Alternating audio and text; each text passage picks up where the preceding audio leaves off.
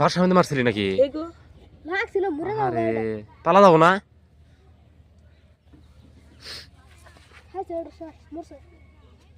মূল্য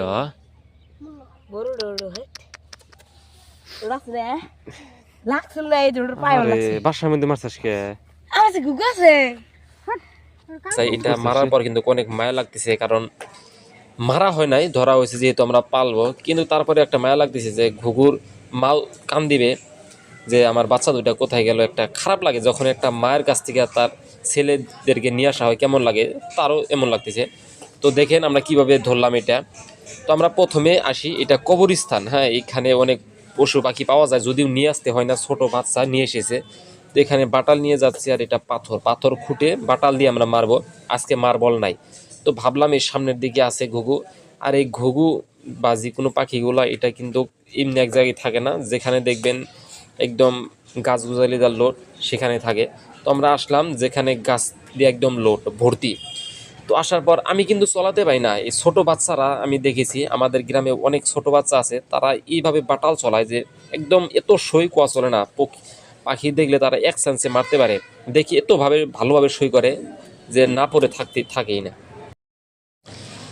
তারপর আমরা বাঁশের ছবির মধ্যে এলাম, এখানে এসে ঘুঘু উঠে আছি। শুধু ঘুঘু না, যে কোনো পাখি যদি ধরতে পারি তাহলে নিয়ে পালবো, এটা আমার আশা। আর এইগুলা বস্তু পাখি বা যে কোনো জীব এগুলা পাললে না নিজের মধ্যে একটা মায়া লাগে। যদি পালেন নাই, পালে দেখবেন একটা ভালোভাবে বুঝতে পারবেন। এটা হলো বড়ই গাছ।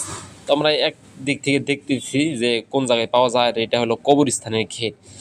তো আমরা একটা সন্ধান পাই যে সামনে একটা জঙ্গলের মধ্যে, মানে বড়ই গাছের উপরে, বড়ই গাছ হয়তো আপনারা চেনেন, এটা বড়ই গাছের মধ্যে একটা ঘুঘু বাসা দিয়েছে, এখানে দুইটা ছাউ রয়েছে।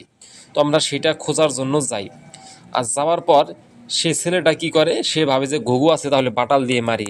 যখন সে বাটাল দিয়ে মারার পর দুইটা ঘুঘুর ছাউ নিচে পড়ে, এই যে দেখবেন, এই যে মারতেছে। তো ডাইরেক্ট মারলো, মারার পর কি হলো, সঙ্গে সঙ্গে ঘুঘুর ছাউ দুটা এই জঙ্গলের মধ্যে পড়লো। সে নিয়ে এটা একদম দৌড় মারলো, মানে মরার মতো একটা পায়ের মধ্যে হয়তো লেগেছে। ছোট বাচ্চা এটা বোঝে নাই, সে সাথে সাথে মারার পর এই ঘুঘুর বাচ্চা দুটো একটার পায়ে লেগেছে আর একটা পায়ে লাগে নাই। আর যেটা লাগে নাই সেটা ভালো আছে, আর একটা মরার মতো হয়ে গেছে।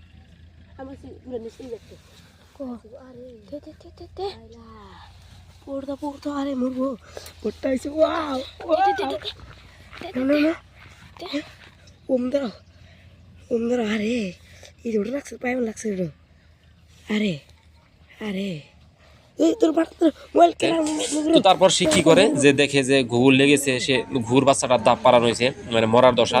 সে ভাবলো যে এটা যদি মরবে তাহলে পানি খাওয়ালে হয়তো বাঁচবে। তারপর সে নিয়ে দৌড় মারে পানি খাওয়ানোর জন্য যায়, কিন্তু এটা অ্যাকচুয়ালি বাঁচানো যায় না, কারণ ছোট।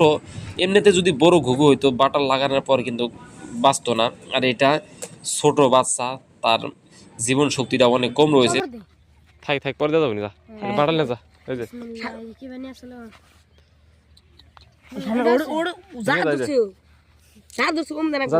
যে এই যে দেখতেছিস না 500 ফোন দিয়ে যাবি, ওম দেখ রোদে মেদরে থাক। তো ঘুঘুর বাচ্চাটা মারার পর ছোট বাচ্চা, মাও তো নাই, ওম দিবে কিসে, সে জ্যাকেটের পকেটের মধ্যে রেখে দিল বাচ্চাটা, সেখানে ওম লাহে হয়ে আছে। তো এটা বাঁচবে না আমার মনে হয়। বাড়িতে নিয়ে যাওয়ার পর দেখি কি হয়। তো ছেলেটা যায় আছে বক মারার জন্য, আমি এখান থেকে ভিডিও করি, কারণ বগলে গেলে বকটা উড়ে যাবে, তার জন্য আমি বগলে যাই না। তারপর ওখান থেকে বকগুলা উড়ে কিন্তু আর এক জায়গায় যায়, মারা হয় না। আর বক অনেক চালাক, ঘুঘু তাও মারা যায় কিন্তু বকটা মারা যায় না। তো আমাদের মারা হলো না, আর কেউ আমাদের দেখার মতো কিন্তু পাখি মারবেন না।